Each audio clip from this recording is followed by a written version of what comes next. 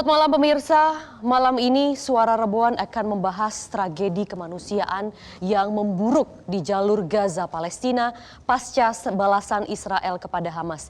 Ini termasuk salah satu serangan besar-besaran dalam konflik Israel-Palestina yang telah terjadi selama kurang lebih 100 tahun.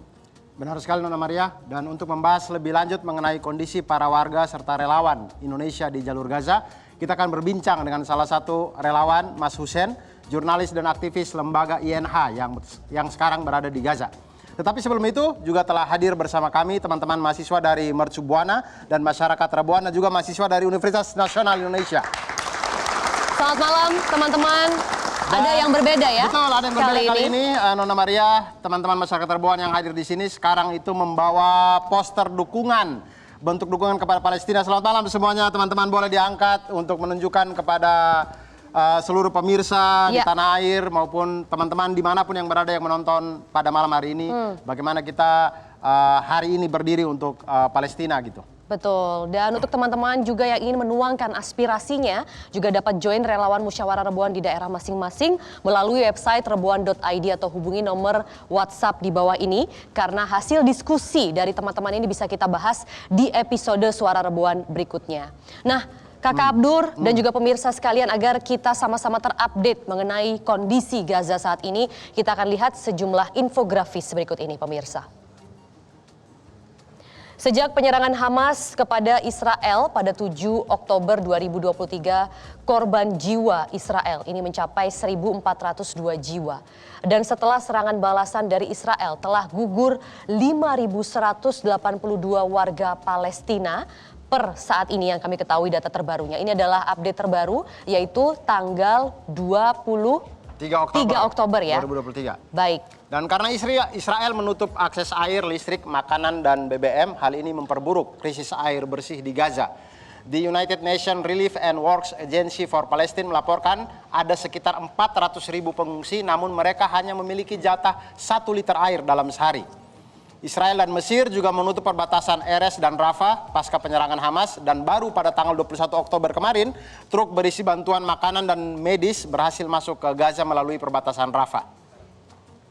Dan kita juga dapat lihat berapa banyak korban jiwa yang telah gugur sejak tahun 2019 hingga 23 Oktober 2023. Perlu diketahui juga, sebelumnya Israel telah melakukan beberapa serangan besar kepada Palestina di tahun 2008, 2012, 2014, dan 2021 sebelum tahun ini 2023. Ya.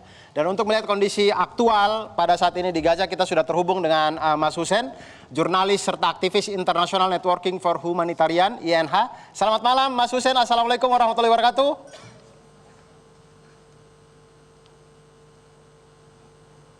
Ya, Mas Hussein sepertinya suaranya masih belum terdengar ya, masih termute ya. Gambarnya sudah kami dapat Mas Hussein, tapi suaranya belum kami. Alhamdulillah. Ya, mohon maaf. Ya, Waalaikumsalam warahmatullahi wabarakatuh. Selamat siang waktu Gaza, teman-teman di studio dan seluruh pemirsa Metro TV hari ini. Alhamdulillah. Mas Hussein, bagaimana kondisi di sana saat ini yang Mas Hussein di waktu yang sekarang ini, bagaimana kondisinya di sana?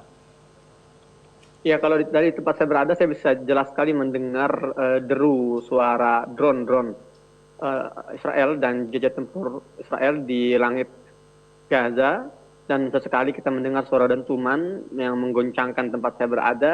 Serangan masih terus berlanjut, belum juga berhenti, dan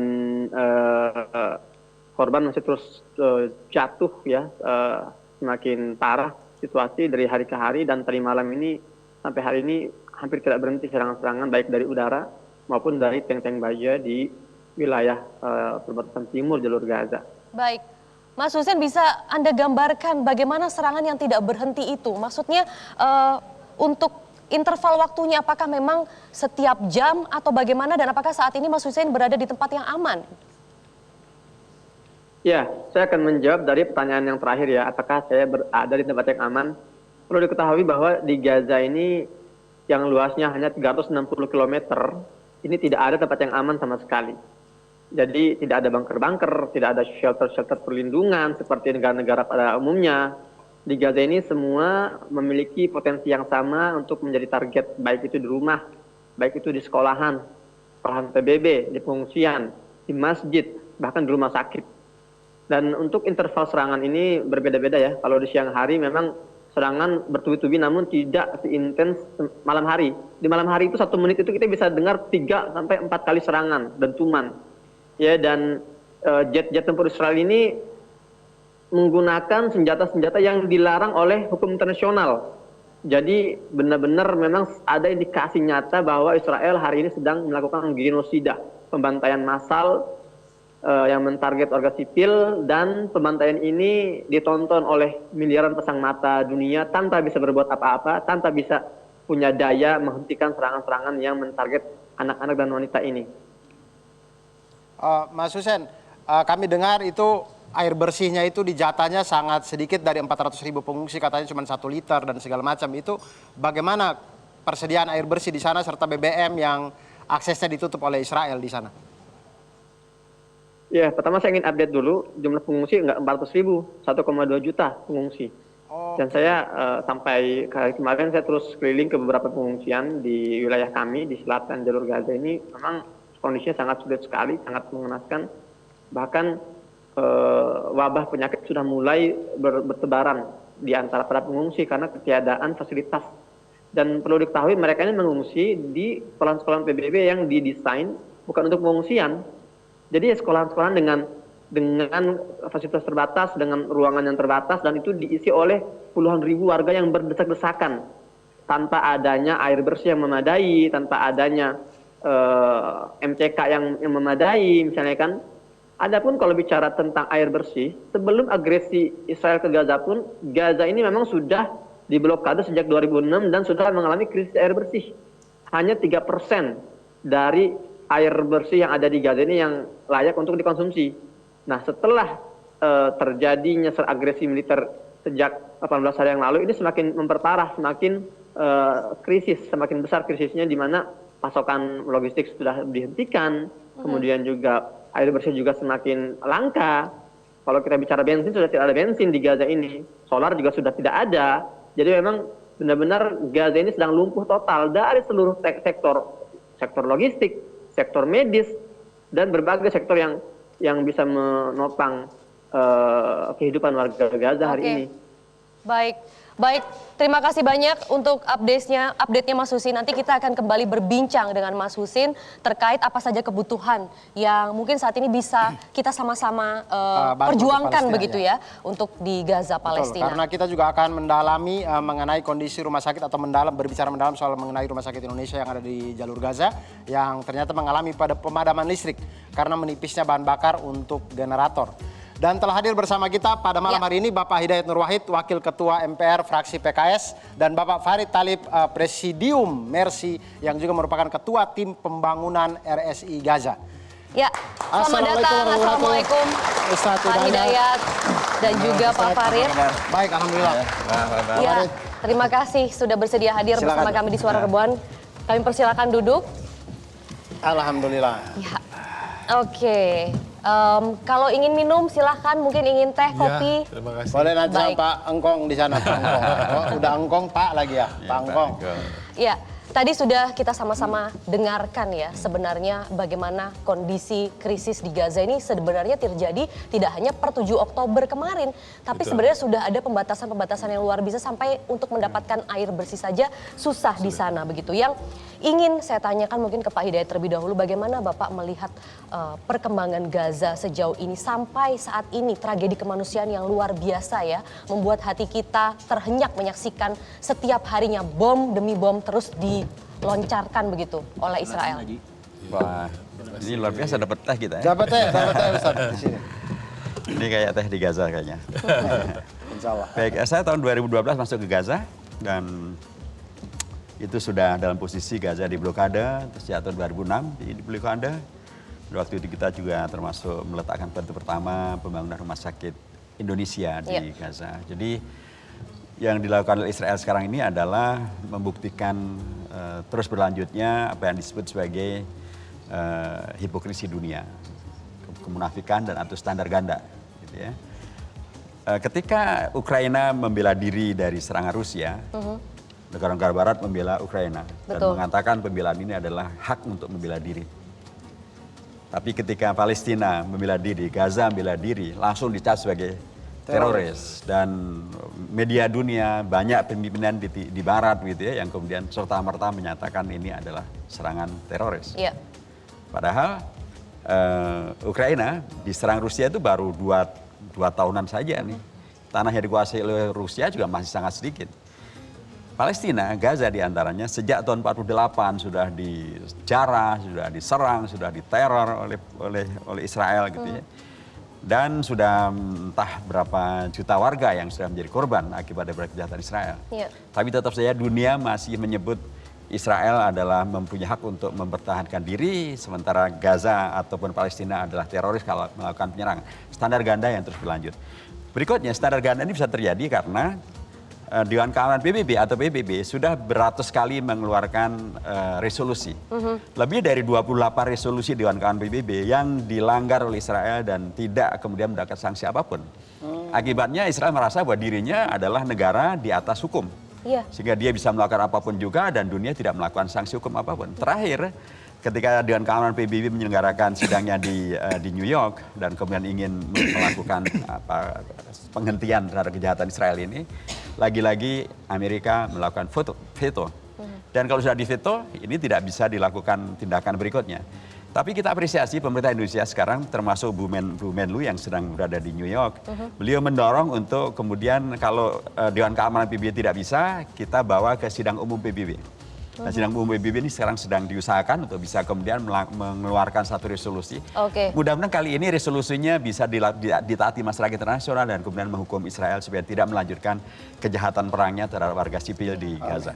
Iya. Amin, amin. Apa ya sebenarnya yang bisa dilakukan itu yang nanti ingin kita bahas lebih lanjut Betul. ya. Dan kita juga Kakak ingin Abdul. tahu bagaimana kondisi rumah sakit Indonesia yang ada di Gaza saat ini. Ya. Tapi sebelum itu, jangan kemana-mana, kita rehat sejenak. Setelah yang satu ini, tetap di Suara Rebuan, Suara Perubahan.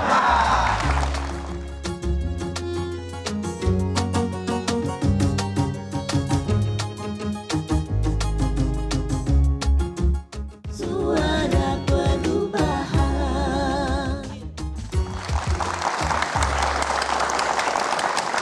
Anda kembali di Suara Rebuan. Suara Perubahan. Dan kali ini seperti janji saya tadi, kita ngobrol dengan Pak Farid sekarang. Pak Farid, Ya. kami dengar RS Indonesia yang di sana Betul. kemarin sempat kena serangan, kemudian sekarang malah mengalami kesusahan pasokan BBM untuk generator. Sebenarnya kondisi terakhir Rumah Sakit Indonesia di Gaza itu seperti apa sekarang? Baik, terima kasih pemirsa Metro TV. Sejak serangan pertama tanggal 7 Oktober 2023, kita memang sudah kena musibah. Hari pertama siang jam 2, itu ada rudalnya Israel melalui drone yang mengena mobil operasional kita. Dan syahidnya satu relawan kita, relawan lokal, Abu Ramzi, ya, dia bergabung dengan Mercy ketika itu sejak tahun 2010, mulai awalnya kita mau pembangunan. Dan berjalannya waktu, sebagaimana kita ketahui, kezaliman atau kebiadabannya Zionis Israel menyerang bangsa Palestina yang ada di Gaza. Terakhir, 2 malam lalu, kita mendapatkan informasi bahwa listrik di Rumah Sakit Indonesia dipadamkan. Gitu.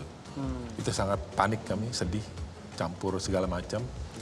Dan terakhir 3 jam yang lalu, listrik tersebut sudah dinyalakan untuk 5 jam saja dalam 1 hari. Dan kita merasa bersyukur karena memang kita prepare rumah sakit ini memang untuk perang.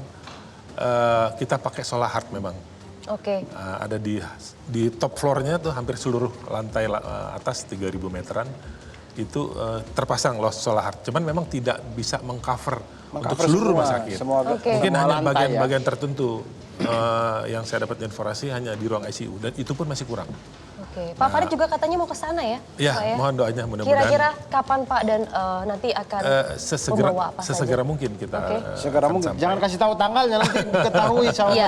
mereka ini. Tapi mungkin untuk masuk sepertinya sulit ya. Kita paling tidak ada di barisan terdepan lah. Sebagaimana yang diamanahkan dari masyarakat Indonesia melalui Mercy, amanah ini kan harus sampai segera. Iya. Gitu ya kan harus sampai Betul. segera. Apa yang bisa kita lakukan saat ini? Sebentar lagi kan akan masuk musim dingin. Iya. Kita merasakan waktu itu tuh, awal-awal tahun 2009, musim dingin yang sangat dingin sekali. Nah, itu yang kita harus prepare. Oh, kondisinya tuh Gaza tuh kalau musim dingin, dingin sekali. Ya, Jazirah Arab ya, kalau musim dingin, gitu. Dingin sekali, seperti di Eropa sama. Oh, oke. Gitu. Betul ya, Mercy itu jadi kemarin sempat buka dukungan yang Ya. cukup besar begitu Ya. ya, akan disalurkan berarti ya, Ya. Pak Farid Betul, sesuai dengan mana. segera ini. Dan Masih buka Pak dukungannya? Duka masih. Ya. Alhamdulillah. Dan gambarannya tuh Pak Farid itu kalau di rumah sakit Indonesia yang di Ya. Gaza itu, Betul. daya tampungnya berapa, pasiennya kira-kira berapa sekarang itu, biar kami ada gambarannya. Gitu. Daya tampungnya tuh itu ada 235 bed. Oke. Itu tidak ada VIP atau VVIP, satu ruangan minimum 2 bed, yang maksimum 6 bed tempat tidur. Saat ini penuh terisi dan ditambah lagi 1.000 pengungsi yang tumpah ruah di rumah sakit. Gitu. Yang kita dapat lakukan saat ini, apa yang bisa kita dapatkan dari dalam Gaza, karena kan dari luar di closing, tutup, nggak boleh. Artinya ada beberapa yang sudah kita penuhi atas permintaan dari para nakes. Baik. Nakesnya ada 300 orang di dalam situ. Oke. Kembali lagi saya ingin bertanya ke Pak Hidayat. Pak Hidayat, padahal sudah jelas-jelas ya, kalau ini tuh kan termasuk kejahatan perang yang melanggar hukum internasional. Tapi mengapa Pak, dunia ini hanya diam saja, PBB tidak bisa berbuat apa-apa? Ya, pada tingkat organisasi internasional, PBB dalam konteks ini, memang ada persidangan Dewan Keamanan bersidang, sidang umum PBB juga bersidang, tapi karena ada sistem veto itu kemudian memandulkan mereka membuat keputusan yang efektif itu bisa dijalankan. Tapi kita lihat bahwa masyarakat internasional, masyarakatnya, kita lihat bagaimana demo besar-besaran di New York, demo besar-besaran di London, demo Mempengaruhi tidak sih Pak? Mempengaruhi karena apapun kita sekarang berada di era keterbukaan informasi, keterbukaan juga terkait dengan demokrasi, sehingga orang pasti akan mempertimbangkan tentang apalagi sampai hari ini belum ada kan demo besar apalagi yang kemudian mendukung Israel. Ini publik pada tingkat internasional disadarkan bahwa sesuatu sedang terjadi. Nah, ini mudah-mudahan kalau ini kemudian terus berlanjut dan bahkan di Malaysia Perdana Menterinya sendiri langsung turun memimpin koreksi dan atau demonstrasi untuk membela Palestina dan menolak kejahatan dari Israel. Kalau kemudian para tokoh sekaliber Anwar Ibrahim, Erdogan, dan kemudian juga tokoh-tokoh yang lain kemudian mereka melakukan tindakan-tindakan yang lebih efektif, saya yakin akan juga memberikan warna dan pengaruh yang memadai untuk kemudian lambat laun dunia akan kemudian terkoreksi. Dan baru sekarang ini juga misalnya ada beberapa negara di Amerika Latin dengan tegas menolak dan mengusir duta besar Israel. Salah satu menteri di Spanyol juga bahkan akan mengajukan Israel ke Mahkamah Pidana Internasional. Ini semuanya adalah bagian-bagian yang tidak pernah diduga sebelumnya. Dan ini bagian dari perkembangan yang sangat tidak menguntungkan Israel, tapi karena memang Israel layak untuk diuntungkan karena dia adalah penjahat perang yang seharusnya memang dikoreksi. Kalau di sidang PBB gitu, Ustadz, itu Indonesia punya suara yang cukup didengar nggak sih untuk masalah Israel dan Palestina? Ya, Indonesia negara yang sangat dihormati dalam konteks penyelesaian masalah Israel dan Palestina. Kemarin dalam konferensi tingkat tinggi negara-negara OKI di Jeddah, pernyataan terbuka dari Ibu Menlu luar biasa sangat kuat dan itu satu hal yang kemudian menyemangati tokoh-tokoh yang lain juga. Dan kita lihat bahwa dari peristiwa yang terjadi terakhir di Gaza ini, kemudian membuat beberapa negara yang sudah melakukan normalisasi hubungan dengan Israel mendapatkan kritik keras dari warganya sendiri. Karena normalisasi itu kan maksudnya adalah untuk kemudian membantu Palestina menjadi negara yang merdeka. Nyatanya malah semakin jauh daripada merdeka. Israel malah semakin arogan, semakin melanggar hukum internasional. Bahkan rumah sakit pun dihajar gitu, lebih dari 12 rumah sakit yang sudah. Dan diancam. Ya, dan 32 layanan kesehatan juga dihancurkan. Yang dipakai juga senjata fosfor dan lain sebagainya. Jadi ketika Israel semakin brutal semacam ini, warga dunia juga semakin tersadarkan. Saya kira permasalahan ini akan kemudian bereskalasi yang cukup tajam untuk kemudian bisa menghadirkan keberpihakan dunia kepada Palestina. Dan tadi negara-negara yang melakukan normalisasi juga kemudian sangat wajar kalau mereka kemudian mempertimbangkan ulang ini normalisasinya masih akan dilanjutkan atau tidak. Bukan ada satu negara Arab yang besar yang tadinya sudah akan mengarah ke normalisasi, karena kejahatan Israel yang berlanjut ini dia sekarang mempending lah gitu Merevisi ya, untuk ulang lah. merevisi Baik. ulang untuk tidak melanjutkan normalisasi itu. Karena ini memang tidak normal. Alhamdulillah. Baik, kembali lagi saya ingin juga tanya Pak Farid di sini. Pak Farid, sebenarnya bantuan seperti apa yang bisa nyata-nyata kita dukung untuk rakyat Palestina? Karena yang terbaru nih Pak di media sosial ini terornya sampai ke kita juga nih Pak. Ketakutannya itu sampai ke kita, bahwasanya dari jurnalis-jurnalis kredibel yang ada di sana mengatakan bahwa sebentar lagi dalam 24 jam rumah sakit di Gaza ini akan kolaps gitu, atau sudah kolaps. Dan ada kurang lebih sekitar 130 bayi dalam inkubator yang menjadi taruhannya saat ini. Itu bagaimana sih Pak keadaan terkininya di sana sebenarnya? Ya, kalau keadaan itu memang betul-betul mendekati kolaps, bahkan sudah ada yang kolaps. Nah, kita bercerita tentang Rumah Sakit Indonesia. Iya. Apa yang saya coba optimalkan bisa kita bantu. Dari mulai apa yang ada di dalam Gaza yang bisa dijangkau. Karena kan ini mereka juga memperoleh itu semua dalam keadaan perang. Bukan dalam keadaan gencatan senjata. Seperti contohnya yang paling sederhana. Menyiapkan baju nakes. Itu mereka minta baju nakes. Buat salinannya, karena dokter dan nakesnya nggak pulang-pulang. Iya. Mereka ada di rumah sakit terus. Lalu mereka minta mesin cuci otomatis. Karena kita juga punya mesin cuci yang besar, itu hanya untuk kebutuhan rumah sakit. Itu kan ada 4 lantai. Terus mereka minta lagi obat-obatan. Kita coba penuhi dan itu alhamdulillah kita peroleh. Tapi ini dalam konteks keterbatasan. Bukan bisa terpenuhi seluruhnya gitu. Iya. Nah, lalu sekarang kita lagi cari lagi bahan bakar solar. Itu cukup jauh, hampir 30 kilo. Mereka bilang ada bahan bakar, cuman takut kirimnya. Orang kita juga mau jemput takut, tapi lagi cari jalan nih. Baik. Untuk itu, ikhtiar kita apa yang ada di dalam Gaza kita lakukan. Nah itu Karena gimana, dari luar, nyampe nggak sih Pak Farid selama ini donasi, dukungan, bantuan kita yang juga disalurkan ke Mercy tentunya dan juga lembaga-lembaga lain itu bisa diterima tidak sih oleh rakyat Palestina? Kalau nggak sampai nggak jadi rumah sakit kan. Itu rumah sakit kan 300 miliar Iya, lebih. iya betul. Tapi Iya. dalam kondisi seperti ini maksudnya. Ya, kalau sekarang seperti ini, saya merasa bersyukur. Seluruh supplier makanan, obat-obatan, saya tanya nanti bayarnya gimana? Kalau Mercy yang ambil, abadan, kapan aja bayarnya? Karena dia trust, kan kita udah buktikan. Baik. Kita bikin rumah sakit itu nilai yang cukup besar ya. Buat mereka, mereka pernah bilang gini, Indonesia itu adanya di pantat bumi, jauh banget, kan dilihat peta tuh bulat. Jauh sekali dibilang. Nggak usah kalian bikinin rumah sakit aja, saya udah bahagia kalian nemenin saya di sini. Gitu. Karena ini rumah sakit Indonesia ini dibangun oleh tenaga rakyat Indonesia sendiri. Jadi saya bawa tenaga dari Indonesia ketika itu. Luar biasa, boleh tepuk tangan dong Bapak Ibu untuk Mercy. Saya penasaran. Terharu nih Kak Abdul dan merinding ya. Saya penasaran sekali lagi yang di RSI kita Iya. di sana itu. Iya. Berapa persen orang Indonesia yang jadi nakes di situ?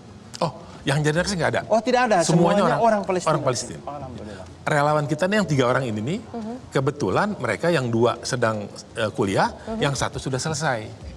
Gitu. Oke. Kita lagi kirim lagi orang, sudah dapat izinnya untuk masuk Gaza, kurang lebih sekitar bulan Februari yang lalu, 2023 nih. Sudah sampai di depan Rafah, nggak bisa masuk. Karena kita sedang punya program untuk membangun poliklinik di seberang rumah sakit. Gitu. Oke, sudah berapa relawan Pak Farid yang jadi korban sejauh ini? 1. Kalau relawan Indonesia ya, maksudnya itu pun yang lokal. Baik. Kita doakan semoga relawan Mercy terus dilindungi ya untuk menjalankan misinya Siapapun di ya. sana. Termasuk Husin, kan orang Indonesia juga deh. Amin. Dan setelah ini kita akan memberikan kesempatan bagi para teman-teman mahasiswa di sini dan juga para masyarakat Reboan yang hadir untuk bertanya atau memberi tanggapan. Tapi jangan kemana-mana, tetap di Suara Reboan, Suara Perubahan. Suara Perubahan.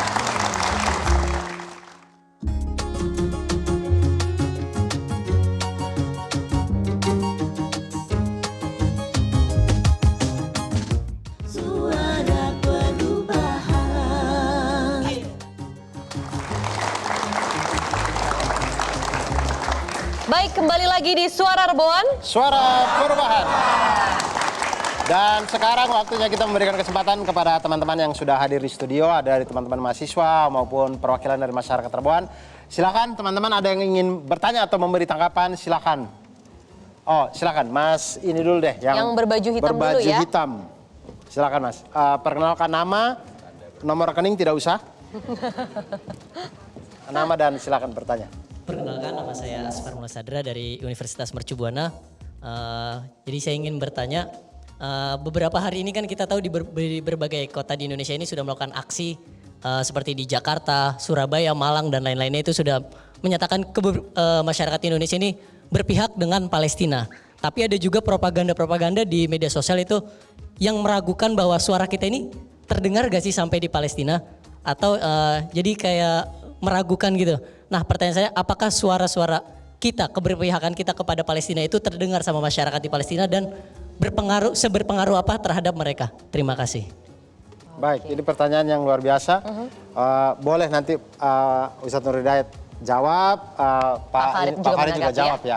Jadi apakah suara kita yang kita suarakan di Indonesia ini terdengar dan seberpengaruh apa sih untuk perjuangan Palestina di sana? Ya, sangat terdengar gitu ya. Bahkan kalau Anda mengikuti Al Jazeera, ketika meliput tentang respon internasional terhadap kejahatan Israel itu, bahkan dijadikan sebagai judul di awal dan juga di akhir. Dan Al Jazeera pasti kemudian menyebar ke seluruh dunia.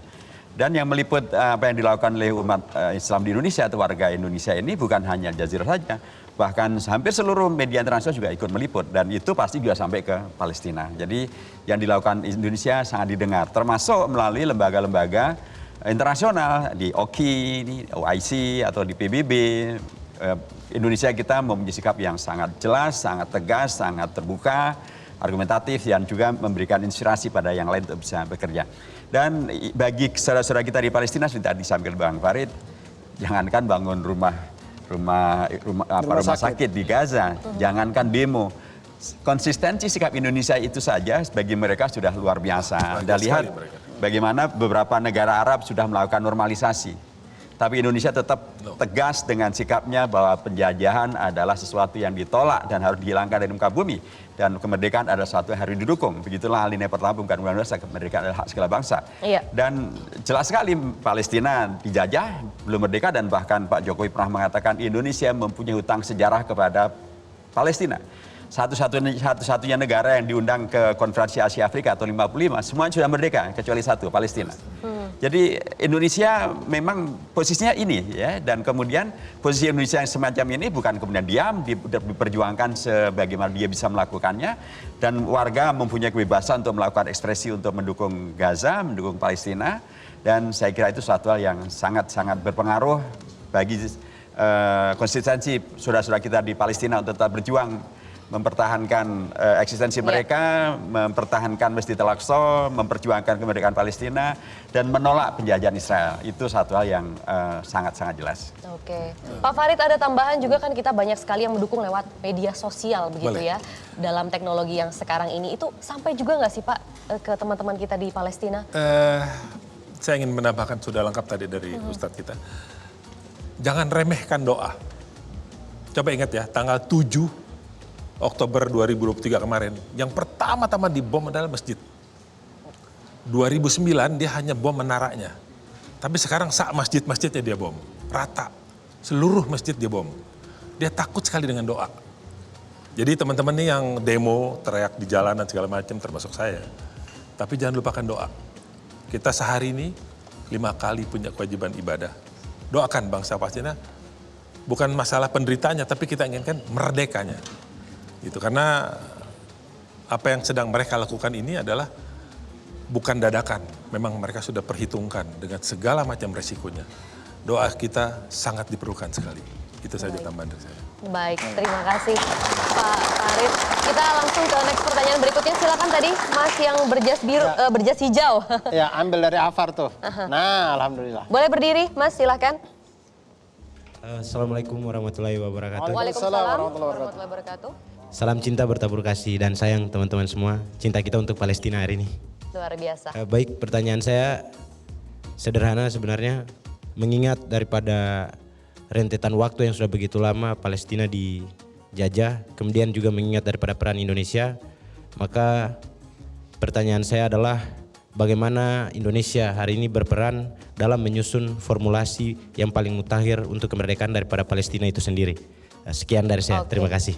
Baik, terima kasih pertanyaannya Mas Razak. Singkat, padat, jelas Singkat, ya. padat, dan jelas. Mungkin saya ingin minta kesempatan Pak Hidayat untuk menjawab terlebih dahulu. Jadi peran Indonesia itu bisa nggak sih Pak untuk menunjang perdamaian dan juga kemerdekaan untuk Palestina ini? Ya, pertama dengan posisi konstitusi yang demikian sangat jelas yang dipegangi oleh pemerintah Indonesia sejak zaman Bung Karno sampai hari ini. Nomor dua, pernyataan terbuka dari Presiden termasuk Presiden Jokowi yang bahkan di Istanbul juga sangat jelas bahkan waktu itu ketika normalisasi ada di mana-mana, beliau bahkan menelpon Presiden Mahmud Abbas menegaskan sikap Indonesia yang tidak melakukan normalisasi tapi tetap mendukung kemerdekaan Palestina. Indonesia karenanya sebagai pihak yang sesungguhnya Indonesia itu bukan hanya dipercaya oleh negara-negara Arab, negara-negara Barat juga percaya dengan Indonesia. Sehingga posisi Indonesia dipercaya oleh kedua belah pihak ini menurut saya harusnya bisa dimaksimalkan, diupayakan lebih kuat lagi untuk menggalang kebersamaan dengan negara-negara OKI, termasuk juga negara-negara yang dalam kasus yang terakhir pun juga menolak kejahatan Israel. China menolak kejahatan Israel, Rusia menolak kejahatan Israel, Venezuela menolak kejahatan Israel. Kalau ini kemudian bisa dimaksimalkan, saya kira arah dan sikap Indonesia yang selama ini mendukung Palestina akan semakin kokoh dan kuat. Baik. Dan lagi-lagi tadi Indonesia itu diterima loh, di kelompok negara Barat diterima, di kelompok negara Arab diterima. Jadi ini satu kondisi yang saya kira sangat bagus untuk bisa dimaksimalkan Indonesia. Baik. Menunaikan utang sejarahnya, menghadirkan perdamaian di sana dengan hadirnya solusi negara Palestina merdeka dengan ibu kota Yerusalem Timur. Nah, namun bagaimana Pak dengan fakta misalnya juga ya, kita berharap demikian, tapi fakta mengenai bahwa Indonesia tidak memiliki hubungan diplomatik begitu dengan Israel. Bagaimana bisa mendamaikan kedua negara ini jika hanya Indonesia mengakui salah satunya itu Palestina saja, tidak bisa mengakui Israel di situ. Nah, apa yang bisa dilakukan, diplomasi apa yang bisa tercipta di situ Pak Hidayat? Israel itu tidak hanya Israel, di sana ada Amerika Serikat, di sana ada Inggris, dan Indonesia punya hubungan dengan Amerika, punya hubungan dengan Inggris dan Amerika sangat menghormati Indonesia.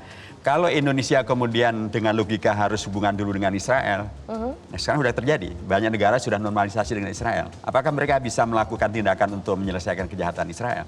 Ternyata tidak juga. Ternyata ya? tidak. Oke. Jadi sudah semakin banyak negara normalisasi, semakin jahatlah Israel itu. Jadi apa yang dibutuhkan di sini kalau begitu? Yang dibutuhkan adalah maksimalisasi peran Indonesia untuk kemudian meyakinkan negara-negara yang selama ini pro dengan Palestina dan selama ini selalu meneriakkan tentang harusnya penghormatan HAM, harus ada perdamaian, harus ada penolakan terhadap terorisme. Amerika kan selalu gitu, nolak terorisme, perdamaian.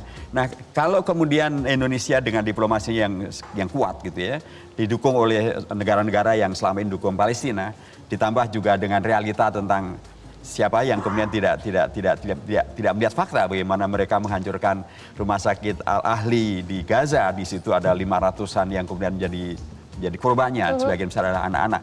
Itu satu hal yang kemudian sudah menjadi fakta dunia. Sekalipun Israel mencoba menutupi bahwa itu bukan serangan bom kami, itu adalah serangan dari siapa bisa berjaya, peluru kendali dan atau bom yang roket yang dimiliki Israel, yang dimiliki oleh Hamas, tidak mungkin ditembakkan kepada sesama warganya, dan apalagi juga tingkat kehancurannya tidak akan sedahsyat semacam itu. Tapi apa yang dilakukan oleh Israel sekarang ini dengan melakukan satu perang opini untuk menyesatkan dunia dengan opininya seolah-olah justru Israel yang menjadi korban, seolah-olah Israel adalah pihak yang membela diri padahal justru mereka melakukan kejahatan yang terulang. Ini kan juga semakin terbuka di mata dunia, ya. Okay. Dan mestinya negara-negara yang rasional, ya, mestinya kayak negara-negara di Amerika yang konon selalu menyuarakan hak asasi manusia, harusnya semakin lama semakin terkoreksi kejahatan itu. Baik, ya kita masih akan lebih lanjut ya membahas ini, dan juga nanti kita akan mencoba kembali menghubungi Mas Husin di sana dan juga akan mengupdate apa sebenarnya yang dibutuhkan dari kami begitu ya, dari Indonesia yang bisa disumbang untuk teman-teman di Palestina. Oleh karena itu teman-teman jangan kemana-mana, tetap di Suara Rebohan, Suara Perubahan.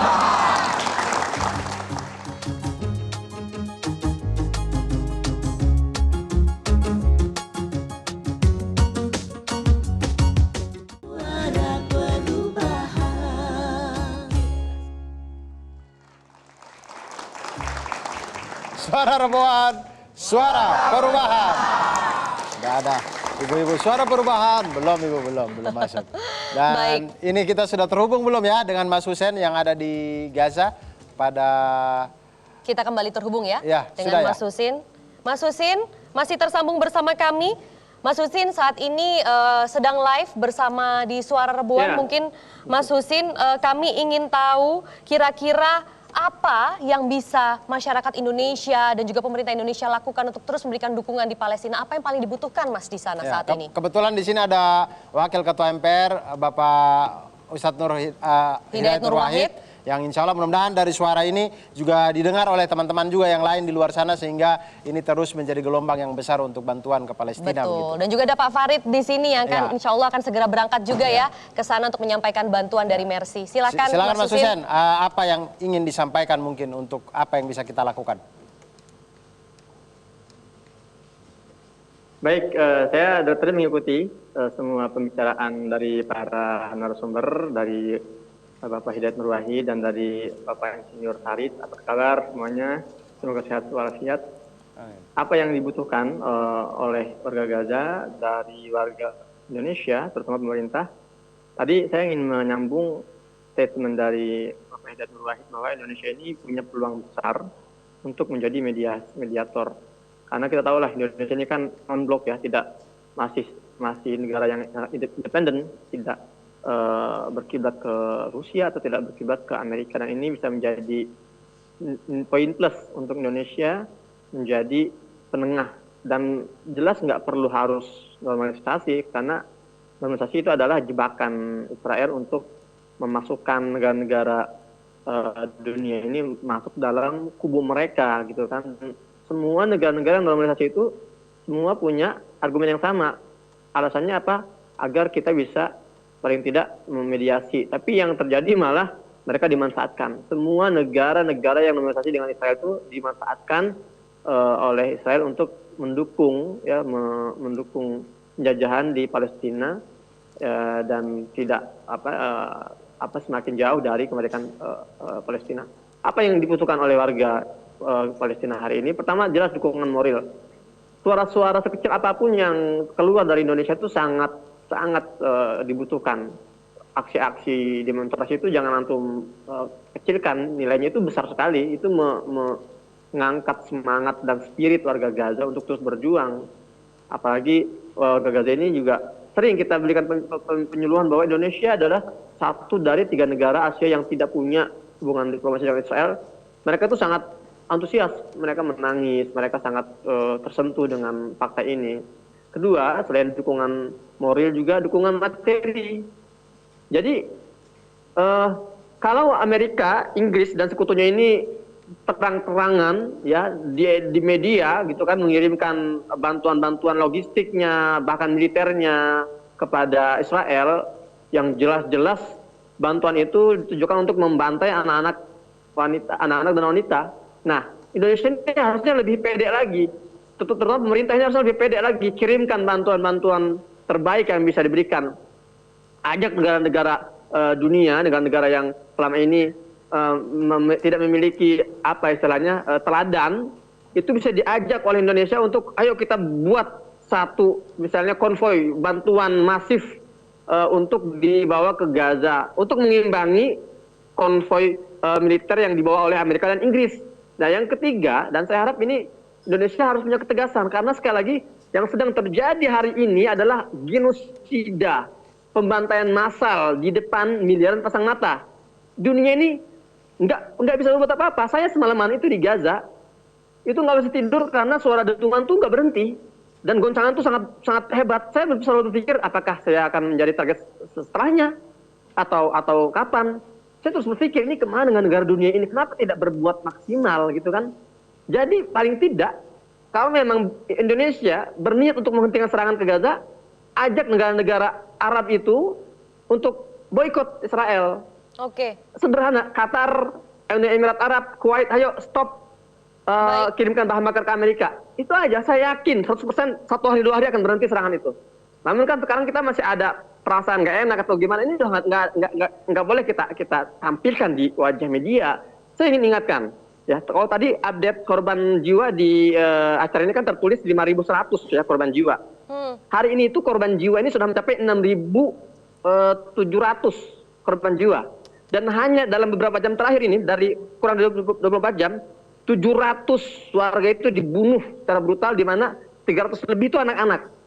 Sebetulnya ini harus bisa menjadi motivasi buat Indonesia dan buat negara-negara dunia ini harus berani memberikan sanksi. yang nyata kepada Israel, tidak hanya kecaman, kutukan, dan rasa kesedihan, enggak. Baik. Berikan sanksi yang nyata, boikot Israel untuk hentikan serangan ke Gaza. Baik, baik. Terima kasih Mas Hussein sudah menjelaskan itu dengan sangat terperinci, sangat rinci. ini dan betul sih. Maksudnya kalau Israel itu di belakangnya ada Amerika, kalau memang Amerika yang sokong, harusnya kita bisa karena kita punya hubungan dengan bisa Amerika, tidak? mungkin kita bisa kasih Terima kasih tindakan banyak. tegas kepada Amerika. Mas gitu. Hussein ya, jaga diri dan semoga juga informasi yang tadi Mas Hussein sampaikan bisa bermanfaat dan bisa diteruskan oleh kami di sini. Terima kasih banyak Mas Hussein. Nah itu Bagaimana Ustadz? Maksudnya Pak Hidayat? bisa nggak kita lakukan Boykot sesuatu kepada aksi Amerika nyata biar begitu? dia berhenti sokong Israel gitu? Ya, tahun 2016 waktu itu Indonesia menyelenggarakan konferensi tingkat tinggi untuk membela Masjid Al-Aqsa di Jakarta. Dan waktu itu Pak Jokowi juga sudah mengajak negara-negara UKI untuk melakukan pemboikotan terhadap produk-produk Israel di tanah pendudukan. Dan tanah pendudukan berarti kan seluruh tanah Palestina karena semuanya diduduki oleh Israel. Tapi kita melihat bahwa respon daripada apa yang beliau sampaikan itu belum memadai gitu ya. Sebagai ide saya kira itu sangat bagus ya. Tapi yang kemudian juga sangat efektif untuk kemudian bisa melakukan penghentian ini adalah tadi, kalau negara-negara seperti Rusia dan China betul-betul membela Palestina dan betul-betul menolak serangan daripada Israel dan atau kejahatan kemanusiaan Israel, ini mestinya bisa kemudian dimaksimalkan juga oleh pihak Indonesia. Jadi Indonesia dengan OKI-nya, OKI saya yakin satu sikap dengan Indonesia dan kemudian dengan China dan juga dengan Rusia. Saya kira itu ada satu kekuatan politik yang sangat besar ya dan kekuatan balancing yang amat sangat memadai. Saya kira Amerika dan sekutunya yang membela Israel pasti memikir berulang kali kalau kemudian kalau China dan Rusia betul-betul berpihak kepada Palestina. Inilah yang saya kira perlu dipastikan oleh pihak Indonesia. Sehingga dengan demikian maka penolakan terhadap kejahatan Israel ini bukan hanya dari komunitas umat Islam karena memang ini kejahatan kemanusiaan yang sangat luar biasa, bahkan kejahatan yang mengancam perdamaian dunia karena ini terorisme negara yang luar biasa. Baik, sebelum ke Pak Farid, saya ingin juga bertanya kembali ke Pak Hidayat di sini. Beberapa hari yang lalu juga Gus Imin sempat bertemu dengan Perdana Menteri atau Duta Besar ya Palestina untuk Indonesia begitu. Nah, dari situ mungkin langkah perubahan apa nih yang bisa tercipta dari pertemuan tersebut dan apa yang dibutuhkan Palestina saat ini yang bisa kita dukung dengan aksi nyata?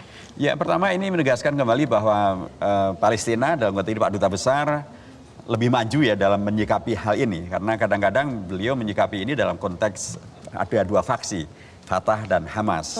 Dan beliau pasti dari komunitas pemerintah Palestina.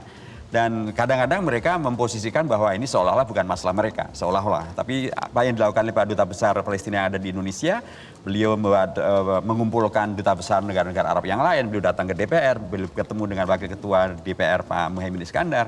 Itu menegaskan bahwa permasalahan ini sekarang tidak lagi dilihat sekedar permasalahan Gaza atau Fatah lawan Hamas lawan Israel.